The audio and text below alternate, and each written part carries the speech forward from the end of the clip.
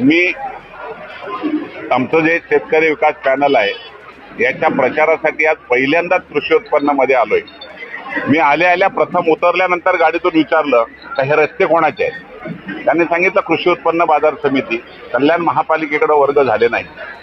खऱ्या अर्थाने जर व्यापाऱ्यांना चांगला व्यापार करायचा असेल तर पहिल्यांदा कृषी उत्पन्नामध्ये रस्ते सुधारले पाहिजेत, त्यांना सुविधा दिल्या पाहिजेत। आणि मी आज पहिल्यांदा त्या ठिकाणी जो प्रवास करतोय, आज संपूर्ण कृषी उत्पन्नामध्ये फिरलो। मी होतो, मोरे साहेब होते, आमचे बँकेचे उपाध्यक्ष होते। व्यापाऱ्यांच्या मनामधल्या असलेल्या ह्या विचारधारा विकासाच्या याच्यावर कोणीच अभ्यास कधी केला नाही, कोणी मदतही केली नाही।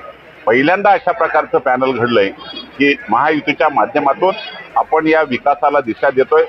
विश्वासाने सांगतो तुम्हाला 18च्या 18 सीट निवडून येतात आणि मी निश्चितपणे या कृषी उत्पन्नाला, या विकासासाठी लागणारा निधी जो राज्याचे मुख्यमंत्री आपले देवेंद्र फडणवीस साहेब असतील, उपमुख्यमंत्री एकनाथ शिंदे साहेब असतील, महत्वाचं अजितदादा पवार उपमुख्यमंत्री आणि पणन मंत्री रावल साहेब यांच्या माध्यमातून आपण निधी घेऊन आणि MMRDAच्या माध्यमातून काही डेव्हलपमेंटचा प्लॅन करून आपण या कृषी उत्पन्नाला दर्जा देण्याचा चांगला विचार करूया।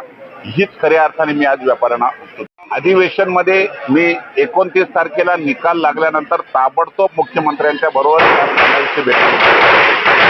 नक्की त्यामध्ये त्या विचारातून आपण पुढे जाण्याचा प्रयत्न करतोय। आणि अधिवेशन मध्ये प्रश्न मांडण्याची गरज नाही, आम्ही सत्ताधारी आहेत, मला निधी आणायला मला शिकवायची कोणी गरज नाही, त्यातला तज्ञ आहे मी।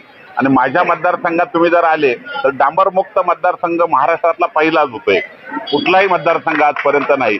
आता ही पण APMC ही माझ्या हातामध्ये येते आणि त्यामुळे मला नक्कीच महायुतीचा एक समन्वयक म्हणून एक मनापासून काम करायला आवडेल।